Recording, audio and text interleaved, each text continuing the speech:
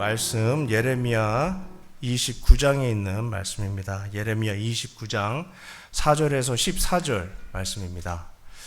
지난주 주일날 제가 주일날이었나요? 금요일 날이었나? 11절부터 읽어야 되는 걸 1절부터 읽었던 기억이 나네요. 네, 성도님들이 약속이라도 한 듯이 안 읽으시더라고요. 그래서 제가 금방 알 수 있었습니다. 아, 내가 잘못 읽고 있구나. 네, 오늘은 29장 4절부터 14절 말씀입니다. 제가 먼저 읽겠습니다. 만군의 여호와 이스라엘의 하나님께서 예루살렘에서 바벨론으로 사로잡혀 가게 한 모든 포로에게 이와 같이 말씀하시니라. 너희는 집을 짓고 그 열매를 먹으라. 아내를 맞이하여 자녀를 낳으며 너희 아들이 아내를 맞이하며 너희 딸이 남편을 맞아 그들로 자녀를 낳게 하여 너희가 거기에서 번성하고 줄어들지 아니하게 하라.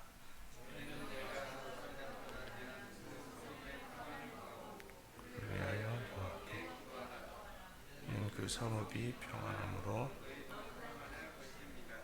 만군의 여호와 이스라엘의 하나님께서 이와 같이 말씀하시니라. 너희 중에 있는 선지자들에게와 점쟁이에게 미혹되지 말며 너희가 꾼 꿈도 고지 듣고 믿지 말라. 내가 그들을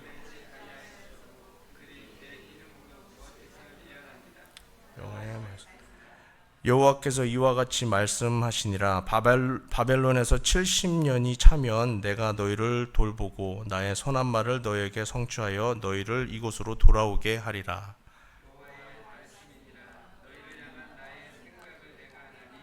평안이요 재앙이 아니니라.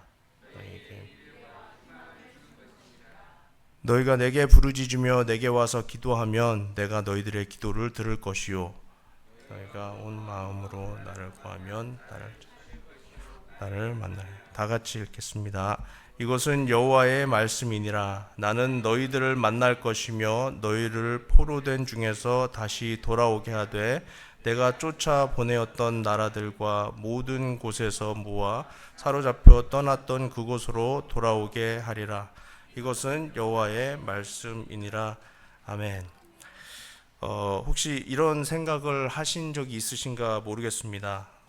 하나님, 내 인생이 여기에서 끝을 맺는 건가? 나의 마지막 종착지는 어디입니까? 이런 생각을 하신 분들이 있을 것 같아요. 그러니까 저희는 지금 콜롬비아에 있지만 저를 왜 이렇게 외딴 시골 콜롬비아에 이렇게 가둬두시는 건지 모르겠습니다. 나를 담기엔 이 콜롬비아가 너무 작습니다라고 생각을 해도 되는 분들이 정말 많이 있습니다. 이곳엔 너무 훌륭하신 분들이.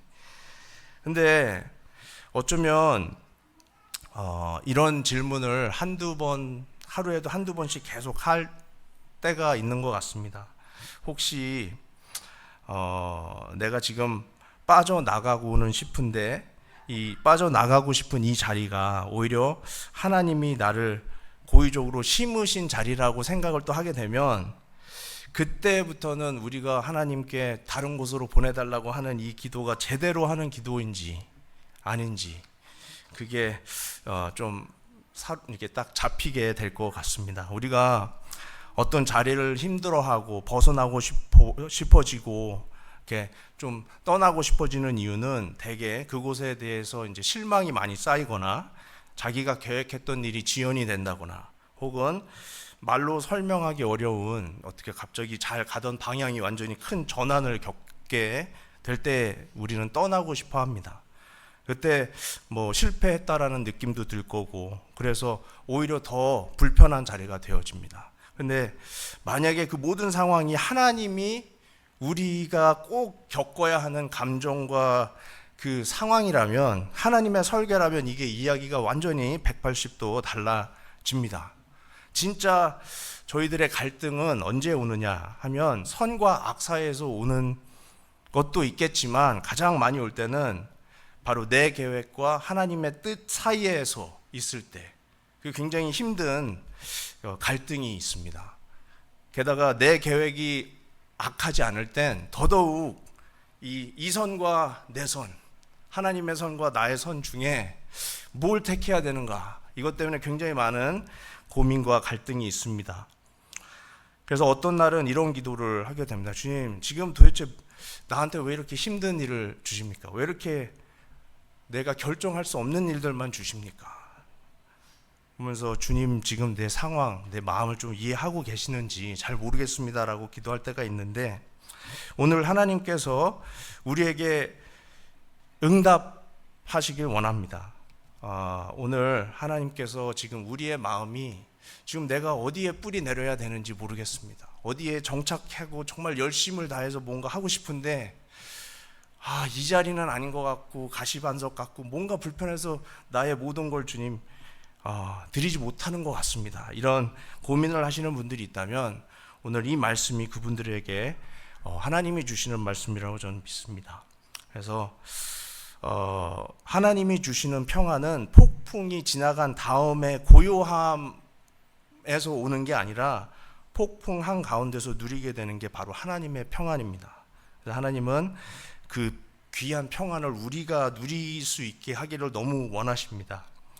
그리고 우리의 순종에는 두 가지 모습이 있는데, 하나는 정말 평안한 상황 가운데서 따르는 순종이 있고요, 또 하나는 정말 너무나 힘든 곳에서, 포로지와 같은 낯선 곳에서 하나님의 말씀 가운데 순종하면서 뿌리 내리려는 그런 순종이 있습니다. 그 자리가 내 자리가 아니라고 느껴질지라도 나를 보내신 하나님을 믿고 그곳에서 뿌리 내리려고 우리가 막 할 때 그 믿음 안에 하나님의 뜻이 이루어지는 겁니다. 때로는 솔직히 저희에게는 초이스가 없죠. 가정을 내가 선택할 수 있는 게 아니잖아요. 그렇기 때문에 이 가정 마음에 안 든다고 해서 옮길 수가 없기 때문에 우리는 어떻게든 그곳에 뿌리를 내리거든요. 그 사람들을 이해하려고 하고 그 상황을 이해하려고 하고, 아무리 사람들이 나쁘다고 해도 내 눈엔 좋게 보이려고 하고, 그게 식구인데, 어쨌든 이런 기도를 우리가 할 때가 있습니다. 여기서 좀 꺼내 주십시오 하고 울부짖었는데 돌아오는 것은 침묵뿐이었다면 바로 오늘 이 말씀이 그 침묵 속에서 하나님께서 주시는 응답일 수 있습니다. 그래서 하나님은 내가 바라던 자리가 아닌 내 발이 딛고 있는 지금 이 자리, 이 자리를 늘 축복해 주시고 싶어 하셨어요.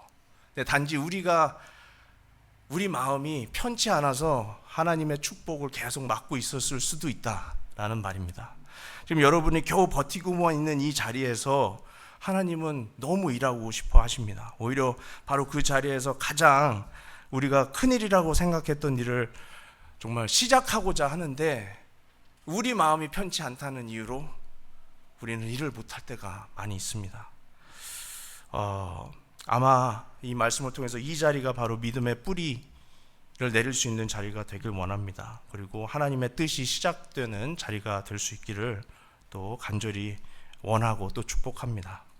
그래서 그렇다면 이 낯설고 고통스러운 이 자리, 이 교회 자리가 될 수도 있고 콜롬비아가 될 수도 있고 미국이 될 수도 있고요, 이 자리라고 생각했던 이 자리에서 우리는 어떻게 살아가야 되느냐, 하나님이 우리가 원치 않는 자리에 있을 때 하나님은 우리가 어떤 모습으로 살아가길 원할까, 그걸 좀 고민해 보기 원합니다. 그래서 세 가지로 나눴는데요.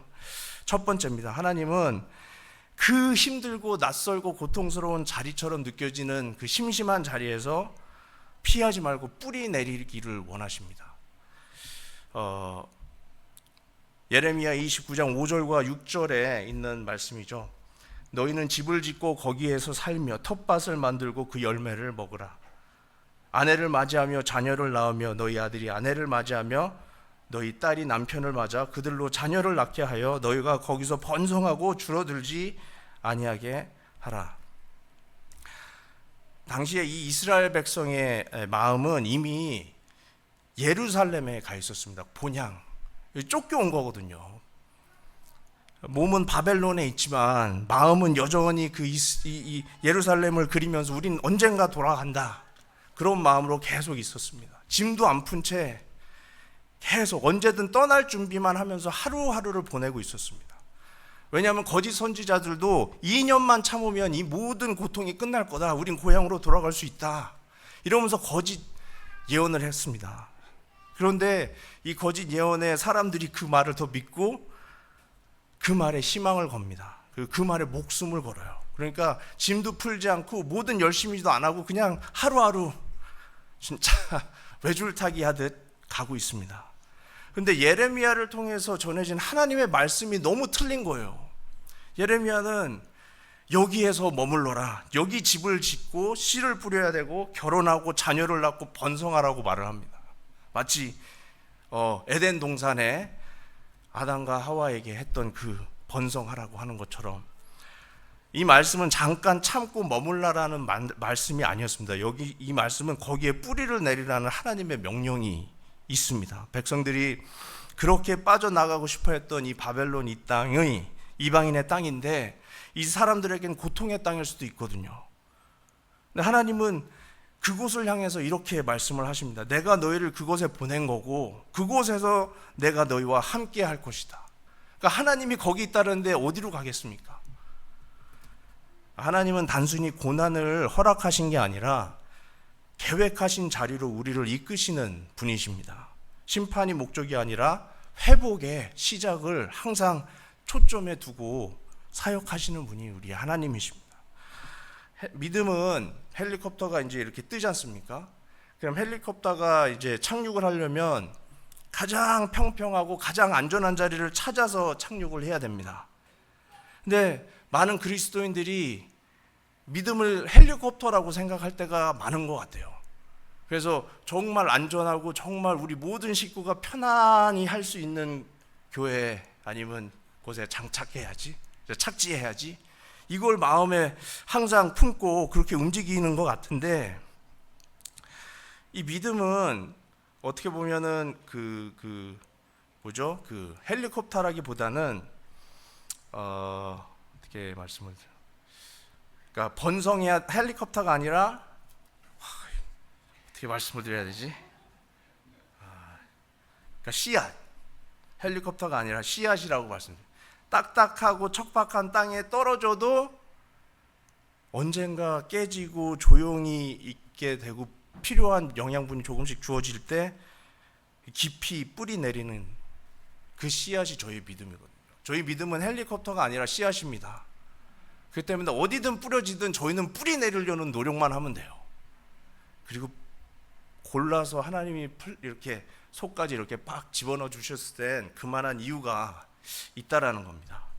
그래서 하나님은 우리에게 항상 이렇게 말씀을 하세요. 떠날 준비하지 말고 심을 준비를 하라고.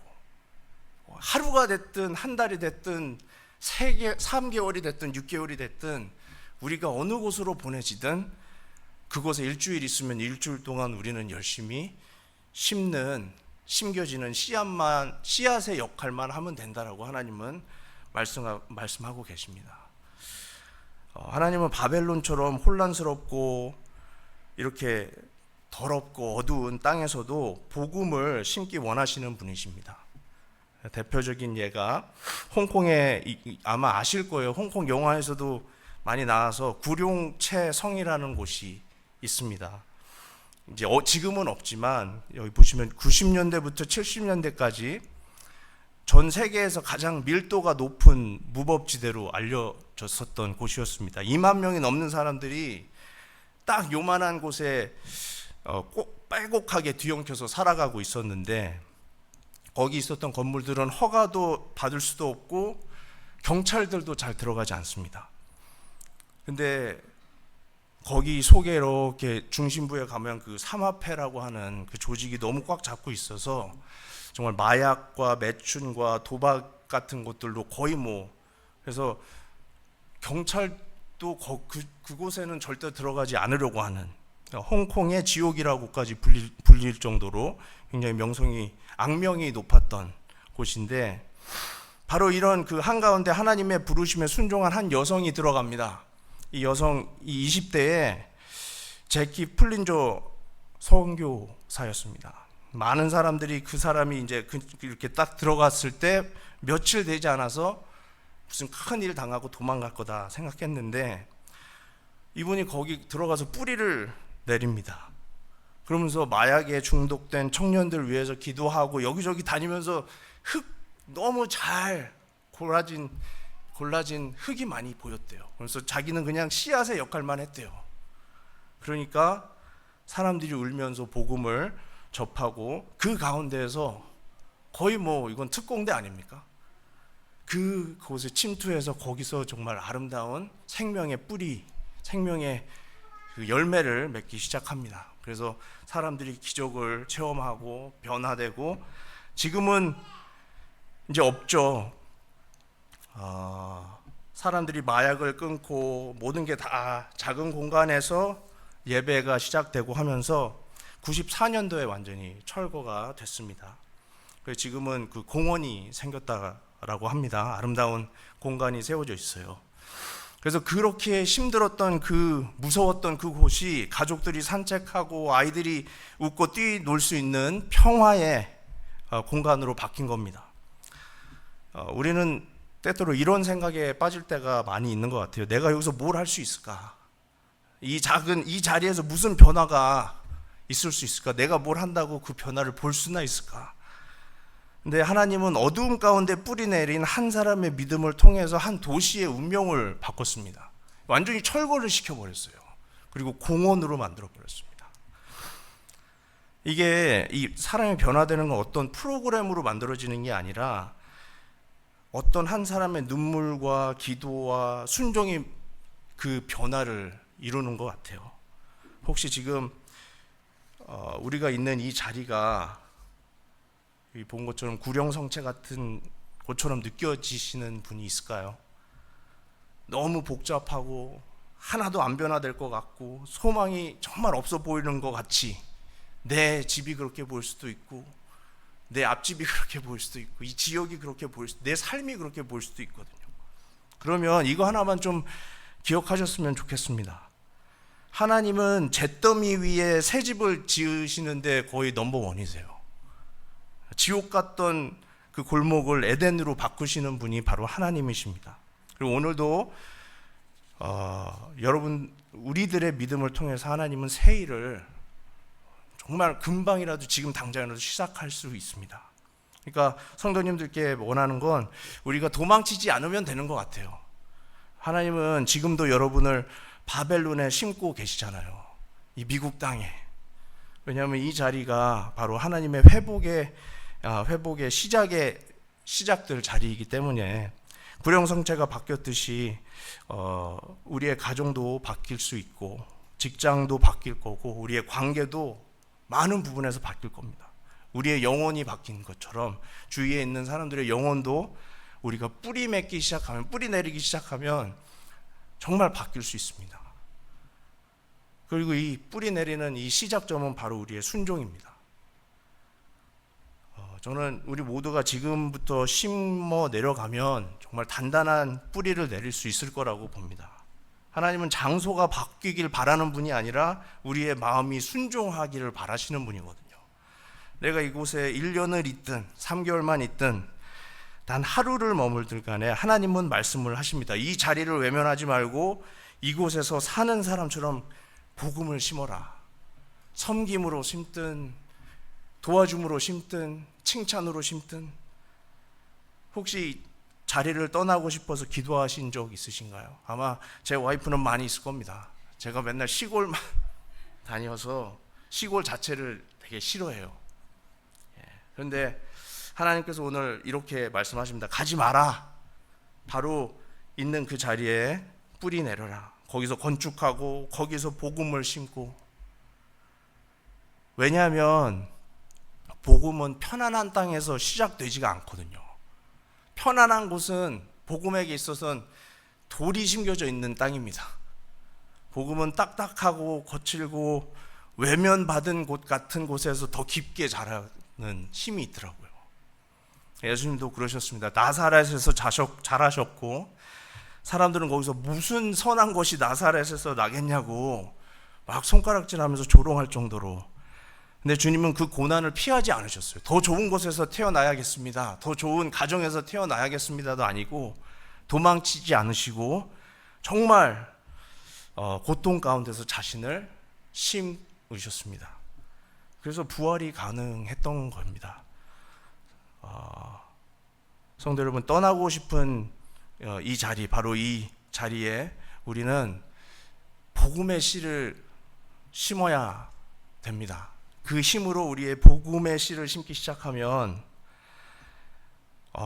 정말 큰 열매를 저희가 맛볼 수 있습니다. 왜냐하면 하나님은 바벨론을 그냥 지나치시는 분이 아니라 그곳에 함께 거하시는 분이거든요. 이곳에 함께.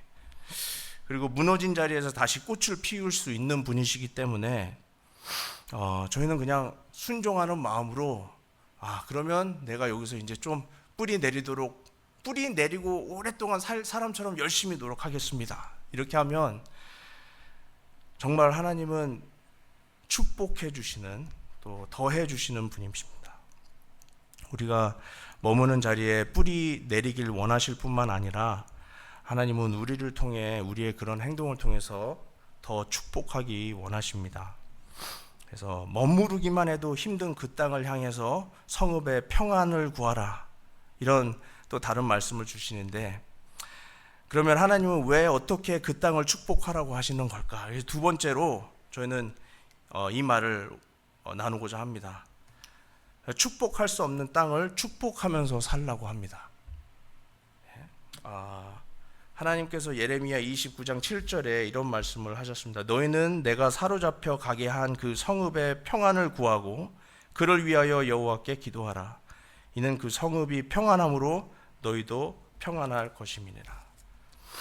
바벨론은 단순히 이방 땅이 아니었습니다. 이곳은 엄청난 눈물이 많이, 또 피도 많이 쌓여 있었던 땅이었습니다. 성전이 불타는 걸 본 사람들이 와 있었고, 조국이 무너지는 걸 보고 그 힘든 고통 가운데 이곳에 와 있습니다. 소중한 가족들이 죽어간 걸 눈으로 봤고, 정말 어떻게 보면 분노의 응어리가 마음속에 있는데 그곳에서, 그 중심지에서 살아가고 있습니다. 그런데 하나님은 그 모든 아픔을 겪은 이 백성에게 정말 상상하지도 못했던 말씀을 명령처럼 내리세요.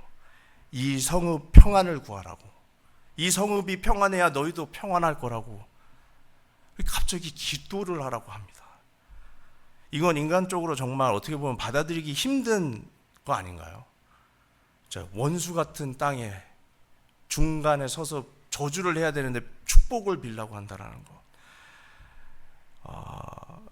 이스라엘 백성들을 짓밟은 땅을 축복하라고 하고, 이스라엘 백성들을 포로로 끌고 온 이 성을 위해서 기도하라고 하고, 쉽지 않은 말씀입니다. 근데 하나님은 분명하게 말씀하시죠. 저주하지 말라고 하십니다. 무너뜨리려고 하지도 말고 복수하지도 말고 오히려 이 땅을 위해서 샬롬을 구하라.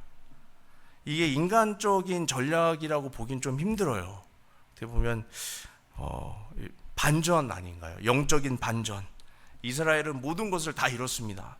성전도 없고 조국도 없고 이제 가족도 뿔뿔이 흩어져서 자기 혼자만 남은 상태인데, 이제 나는 어떻게 살아가야 하는가 고민하고 울부짖던 그 사람들 위해 하나님이 이제 그들을 축복하라고 말을 하고 있어요. 고대 근동에서는 원수를 갚는 것이 정의를 뜻하는 겁니다. 원수를 축복한다는 건 상상할 수 없는 일입니다. 공의가 바로 억울함을 되갚을 수 있는 그 행동을 하는 것이 공의로 여겨졌던 이때에 하나님은 그 복수의 논리를 그냥 딱 끊어버리세요. 복음의 중심은 심판이 아니라 용서와 중보임을 구약에서부터 이미 보여주고 계십니다.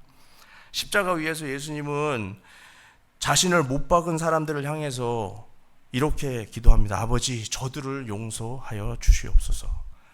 그 기도가 딱 터졌을 때 구원의 문이 열리기 시작합니다.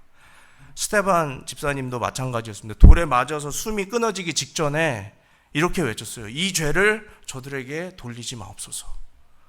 이 기도 속에서 어떻게 보면 위대한 사도 바울이 태어난 거거든요. 중보와 용서가 다음 세대를 일으키는 씨앗이 되는 겁니다. 한국교회의 사랑의 핵폭탄이라고 하면 모르시는 분들이 없다고 들었습니다. 임동선 목사님이라고 하는데 정말 많은 청소년들을 이제 품었던 사람이라고 해요. 근데 이분이 아들이 청소년 폭행으로 죽어서 정말 장례도 치르고 마음을 많이 상처받아서 있는데, 믿기 어려운 선택을 하십니다. 자기 아들을 죽인 아이를 용서하고 입양을 했어요. 그리고 죽인 아이를 자기 아들로 삼아서 잘 키웁니다. 그리고 이 아이들이 입양된 아들이 목사님이 돼서 정말 복음을 전하는 목사님이 돼서 이분이 사랑의 핵폭탄이라는 별명까지도 받을 수 있는. 근데 이보다 더 예레미야 29장 7절이 살과 피를 입고 삶으로 나타난 예가 또 있을까 이런 생각을 하게 됩니다. 축복의 기도가 한 생명을 바꾸고 그 생명은 또 다른 영혼을 살리는 복음의 통로가 되는. 그래서 저희가 바벨론을 축복해야 됩니다. 공동체를 위해서 기도해야 되고, 나한테 나쁜 말을 했던 사람도 조용히 뒤에서 기도해야 되고, 내가 저 사람 볼 때 웃을 수 있게 해달라고 기도해. 물론 우리의 웃는 모습이 그분에게는 싫을 수도 있겠죠. 그러면 좀 받아줄 수 있게 해달라고.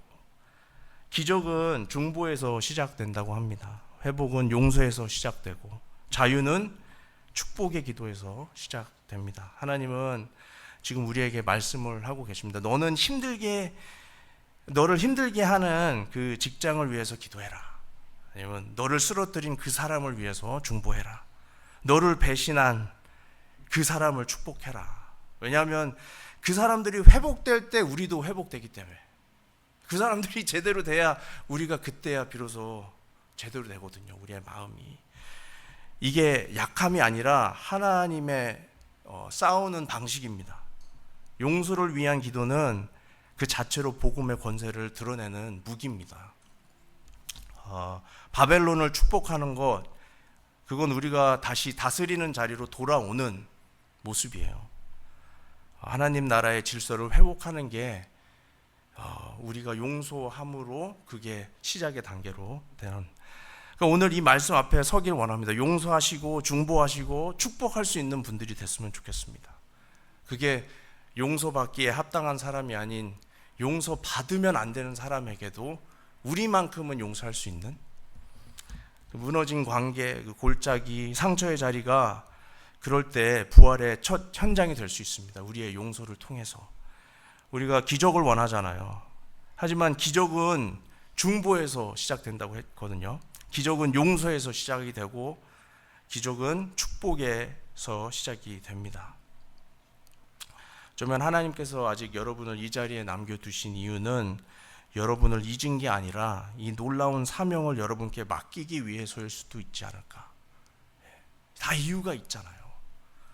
타이밍에 맞아서 우리가 다 이렇게 딱 멀지가 되지 않습니까? 어쩌면 우리가 꼭 기도해야 되는 때가 지금 이때일 수도 있습니다.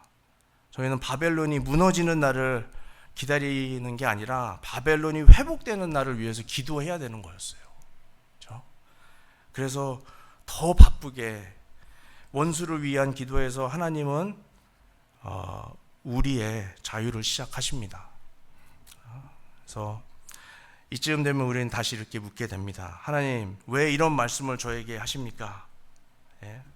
그래서 바로 이 질문에 대해서 하나님은 예레미야 29장 11절에 명확한 대답을 해 주십니다.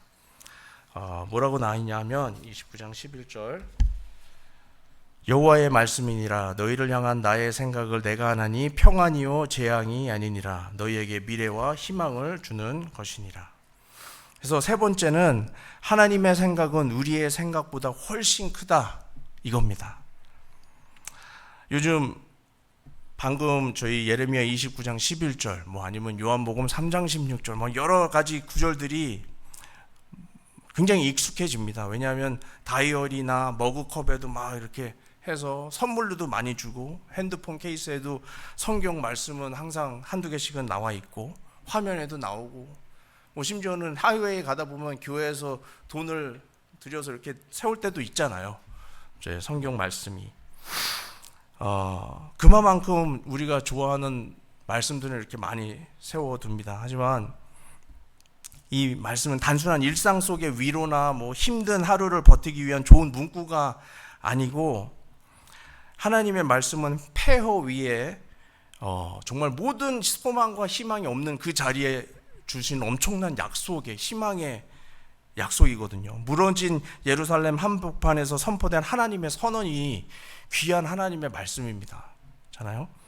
성전은 불타고 나라는 무너지고 백성들의 희망은 이제 바벨론의 잿더미 속에 묻혀버렸습니다.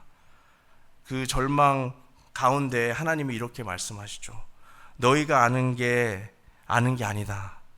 내가 아는 생각이 있고 너희를 향한 나의 계획은 재앙이라고 생각하지 말고 너희에게 미래와 희망을 주려는 것이다 라는 걸 기억하라고 말을 하고 있습니다. 사람들이 이제 우리는 다 망했다라고 하는데 갑자기 하나님이 다 내가 계획한 거고 이게 끝이 아니라 끝은 이거다라고 말을 해주고 있습니다. 여기서 말하는 생각이라고 하는 단어는 히브리어로 단순한 아이디어나 이건가 보다가 아니라 정밀하게 설계된 하나님의 계획 아니면 하나님의 청사진을 오히려 더 뜻합니다. 하나님은 지금 상황에 맞춰서 임기응변하듯이 이렇게 맞춰 퍼즐 맞추듯이 하는 분이 아니라 처음부터 알고 계시고 처음부터 준비하고 계셨다는 분이거든요. 우리가 자주 묻습니다. 하나님 왜 하필 여기냐고, 왜 지금이냐고, 왜 나냐고 물었는데 하나님은 긴 설명 대신 그냥 간단한 약속을 하나 주십니다. 나는 너가 모르는 걸 알고 있기 때문에 너희가 지금은 이해하지 못하고 그래도 나는 알고 있고 그냥 준비하고 있는 이건 그냥 지나가는 준비다. 이 말씀이 한번 상황이 나아졌을 때가 아닙니다. 이 하나님께서 내가 준비하고 있으니까 걱정하지 말라고 하신 이 말씀의 순간은 정말 눈에 보여지는 건 다 무너져 내린 성이고 포로들 뿐이고 사람들 다 다치고 가족 잃은 사람들 뿐인데 그 가운데서 하나님이 갑자기 지금은 너희가 이해할 수 없을지라도 내 계획은 이거다. 이렇게 계속 말씀을 하고 계십니다.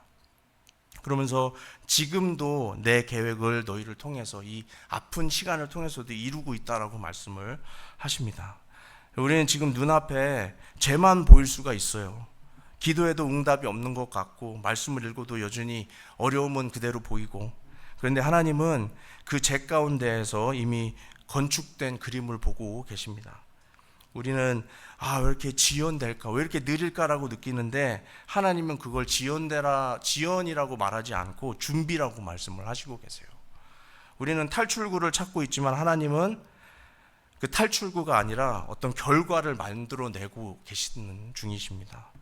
이삭을 한번 보기 원합니다. 기근을 피하려고 애굽으로 내려가려고 할 때 하나님이 말씀하십니다. 가지 말고 이 땅에 거하라. 내가 너를 복주리라. 그 말을 듣고 이삭이 순종하는 마음에 마른 땅에 씨를 뿌리기 시작합니다. 그리고 그 해에 100배의 결실을 맺습니다. 땅이 좋아서가 아니라 하나님이 그 자리에 이삭의 순종을 통해서 함께 하셨기 때문입니다. 우리는 너무 쉽게 이제 내 인생은 여기서 끝이다 이렇게 쉽게 말하는 것 같아요. 근데 하나님은 항상 말씀을 하십니다. 아직 난 시작도 안 했다고. 근데 우리는 끝났다고 생각하는데 하나님은 정말 우리의 삶 가운데 우리는 아직도 준비 중이라고 말씀을 하실 때가 많습니다. 하나님 앞에 헛된 계절은 없습니다. 잃어버린 눈물도 없을 거고 우연히 보내진 자리도 없습니다. 어거스틴이 이런 말을 했습니다. 하나님은 언제나 좋은 것을 주시려 하신다. 하지만 우리의 손이 가득 차 있어서 받지 못할 때가 있다라고 말씀을 하셨거든요. 그래서 때로는 하나님이 우리의 손을 비우기 위해서 광야로 보낼 때도 있고 포로지로 우리를 이끄실 때도 있는 겁니다. 그 이유는 너무 분명해요. 벌하기 위함이 아니라 다시 채우기 위함입니다. 팔다리가 없이 태어난 닉 부이치치라는 분이 있어요. 처음엔 좀 징그럽더라고요, 보는데. 근데 그분이 이렇게 고백을 합니다. 하나님이 팔다리 없는 나도 그분의 손과 발로 사용하신다면 마음이 준비된 누구든지 하나님은 쓰실 거다. 우리는 마음만 없다라는 게 솔직히 딱 찔리더라고요. 예레미야 29장 11절에 이 말씀은 이 상황을 위한 이상적인 상황을 위한 말씀이 아닙니다. 이 말씀은 목적을 향한 하나님의 부르심입니다. 상황이 이해되는 회복이 아니라 하나님의 영광을 위한 계획. 그래서 로마서 8장 28절도 이런 말씀이 있잖아요. 모든 것이 합력하여 선을 이룬다. 모든 게 다 좋다는 말이 아니고 좋지 않은 것까지도 하나님이 엮어서 결국엔 선으로 만든다는 그런 말씀이거든요. 우리는 매듭만 볼 때가 많아요. 그래서 엉켜있는 뒷면만 봅니다. 하지만 하나님은 수 놓는 거 있지 않습니까? 이렇게 옆에서. 그러면 반대쪽에서는 이상이 뭐지? 하지만 수를 놓고 있는 그 사람의 입장에서는 너무 확실하게 잘 보이거든요. 그래서 이런 질문을 하길 원합니다. 하나님, 왜 이 고난을 내게 허락하셨습니까? 해서 하나님, 혹시 이 고난이 새로운 일을 시작하는 자리십니까? 그럼 제가 이것을 통해서 어떻게 배워야 하고 뭘 알아야 할까요?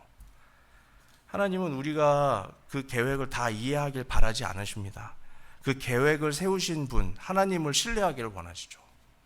지금 보이는 게 아무것도 없어도 괜찮고 지금 이해되지 않아도 괜찮습니다. 왜냐하면 하나님이 이미 알고 계시기 때문에 이런 기도가 하나님을 감동시킵니다. 그분은 하나님은 지금도 일하고 계시죠. 파괴하는 게 아니라 회복을 준비하고 계십니다. 우리는 단지 접시를 비워서 하나님 앞에 내어놓기만 하면 되는데 이 접시를 비우기가 쉽지가 않습니다. 그래서 에덴 동산을 만드신 하나님, 요셉을 감옥에서 왕궁으로 올리신 하나님, 또 십자가를 왕자로 바꾸신 하나님, 그 하나님은 우리들의 이야기도 절대 시시하게 끝내시는 분이 아니십니다. 그러니까 꼭 기억하셨으면 합니다. 하나님의 생각은 우리의 생각보다 항상 더 크고 더 깊고 더 좋구나. 너무 내 생각을 내세우면 내가 더 좋은 걸 못 받는 거구나. 우리는 때때로 모든 것이 엉망이 된 것처럼 느껴질 때가 있습니다. 하지만 하나님은 지금도 그 엉켜버린 그 실타래를 아름다운 작품으로 이렇게 희한하게 엮어내고 계세요. 하나님의 계획은 우리가 이해되지는 않아도 결코 멈추지 않고 낭비되지도 않고 절대 틀릴 수도 없습니다. 말씀을 맺겠습니다. 어쩌면 하나님은 우리들이 이 불길에서 벗어나길 바라시는 게 아니라 그 잿더미 위에 다시 새로운 믿음의 집을 짓기 원하실지도 모릅니다. 우리는 평안을 기다리지만 하나님은 우리를 그 평안의 씨앗으로 부르시는, 내가 너를 이 자리에 뿌리고 에덴의 사명을 여기서 감당하라고 하노라, 이런 음성을 마치 우리에게 하듯이 바벨론은 끝이 아니고 새롭게 시작되는 자리였습니다.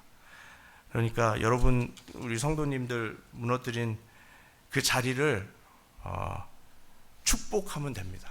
힘든 자리에 있다라고 해도 불평하는 게 아니라 그 자리를 보내신 하나님은 이유가 있다면 우리를 통해서 그 자리를 변화시키려고. 하나님은 지금도 일하고 계시고 우리들의 이야기는 여기서 절대 끝나지 않는구나, 여기서부터 시작하면 되는구나, 이 마음으로 저희 이번 한 주 또 마감하시고 또 돌아오는 한 주일날을 또 힘있게 또 맞이할 수 있는 귀한 우리 콜롬비아 교회 성도님들 됐으면 좋겠습니다. 잠깐 기도하시겠습니다.